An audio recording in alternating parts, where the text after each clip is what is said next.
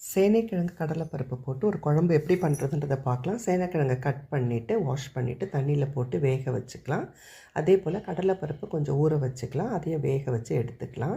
சேனைக்கிழங்கு பாதி வெந்த உடனே அதில் கொஞ்சம் உப்பு போட்டுடலாம். நல்லா வெந்த உடனே ஸ்டவ் ஆஃப் பண்ணிவிட்டு தண்ணி வடிகட்டிட்டு எடுத்து வச்சுக்கலாம். அதே போல் கடலைப்பருப்புலேயும் கொஞ்சம் உப்பு போட்டுக்கிறேன்.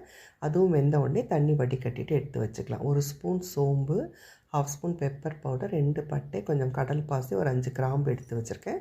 தேங்காய் கொஞ்சம் திருவி வச்சுருக்கேன். இப்போ இந்த இன்க்ரீடியன்ட்ஸ் எல்லாத்தையும் ஜஸ்ட்டு ட்ரை ரோஸ்ட் பண்ண போகிறோம். ஒரு கடாயில் இன்க்ரீடியன்ட்ஸ் எல்லாத்தையும் உள்ளே போட்டுட்டு லைட்டாக வறுத்துடலாம். இந்த இன்க்ரீடியன்ட்ஸ் எல்லாம் ஓரளவு வறுப்பட்ட உடனே திருவி வச்சுருக்கிற தேங்காயும் உள்ளே போட்டுடலாம். போட்டுட்டு இதை அப்படியே மீடியம் ஃப்ளேமில் நல்லா வறுத்துடலாம். பாருங்கள், ஓரளவு நல்லா வறுப்பட்டுடுச்சு. இப்போ ஸ்டவ் ஆஃப் பண்ணிவிட்டு இதை நல்லா ஆற வச்சுட்டு ஒரு மிக்ஸி ஜாரில் போட்டுட்டு நைஸாக அரைச்சி எடுத்துகிட்டு வந்துடலாம். அவ்வளவுதான். இந்த இன்க்ரீடியன்ட்ஸ் எல்லாம் ரெடி ஆகிடுச்சுன்னா ஈஸியாக குழம்பு பண்ணிடலாம். ஒரு கடாய் வச்சுக்கலாம். கடாய் நல்லா சூடான உடனே ஒரு 3 ஸ்பூன்ஸ் ரீஃபைண்ட் ஆயில் போட்டுட்டு கடுகு போட்டுட்டு கருவேப்பிலை போட்டுக்கலாம். ஒரு 2 பெரிய வெங்காயம் பொடியாக கட் பண்ணி எடுத்து வச்சுருக்கேன். ஒரு பச்சை மிளகாய் எடுத்து வச்சுருக்கேன். அதை உள்ளே போட்டுட்டு இதை நல்லா வதக்கி விட்டுடலாம். ஓரளவு வதங்கின உடனே ஒரு 3 தக்காளி கட் பண்ணது அதையும் உள்ளே போட்டுடலாம். போட்டுட்டு இந்த தக்காளி நல்லா மேஷ் ஆகிற வரைக்கும் நல்லா கிளறி விட்டுடலாம்.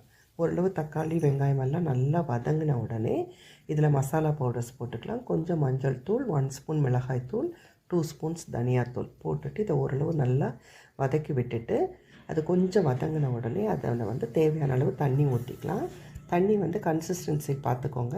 இந்த குழம்பு ரொம்ப தண்ணியாக இருந்தால் நல்லா இருக்காது. அதனால் கொஞ்சம் தண்ணி ஊற்றினா போதும். தண்ணி ஊற்றிட்டு நல்லா கொதிக்க விட்டுட்டு இந்த அரைச்சி வச்சுருக்க தேங்காய் விழுதையும் அதில் போட்டுடலாம். போட்டுட்டு நல்லா மிக்ஸ் பண்ணி விட்டுட்டு தேவையான அளவு உப்பும் போட்டுக்கலாம். பாருங்கள், இந்த கன்சிஸ்டன்சி இருந்தால் போதும் குழம்பு. உப்பு போட்டுட்டு இதை நல்லா மிக்ஸ் பண்ணிவிட்டு கொஞ்சம் பாயில் ஆன டைமில் வேக வச்சு எடுத்து வச்சுருக்கிற சேனைக்கிழங்கை உள்ளே போட்டுடலாம். சேனைக்கிழங்கை போட்ட உடனே கடலைப்பருப்பையும் உடனே போட்டுடலாம். பாருங்கள், கடலைப்பருப்பை நான் உள்ளே போட்டுடுறேன். இப்போது போட்டுட்டு நல்லா மிக்ஸ் பண்ணி விட்டுட்டு நல்லா இதை கொதிக்க விடலாம். இந்த சேனைக்கிழங்கு கடலைப்பருப்பெல்லாம் நல்லா வெந்து குழம்பு தேவையான கன்சிஸ்டன்சிக்கு வந்த உடனே ஸ்டவ் ஆஃப் பண்ணிட்டால் சுவையான சேனைக்கிழங்கு குழம்பு ரெடி ஆகிடும். ஒரு மூடி போட்டு கூட நம்ம கொஞ்சம் நேரம் வேக வச்சுக்கலாம். பாருங்கள், மூடி போட்டாச்சு. கொஞ்சம் நேரம் நல்லா வேகட்டும்.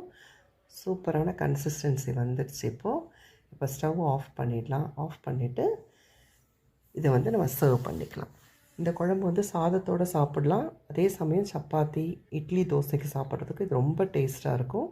ரொம்ப ஈஸி மெத்தட் ஆஃப் ப்ரிப்பரேஷன். கட்டாயம் செஞ்சு பாருங்கள். என்ஜாய் பண்ணுங்கள்.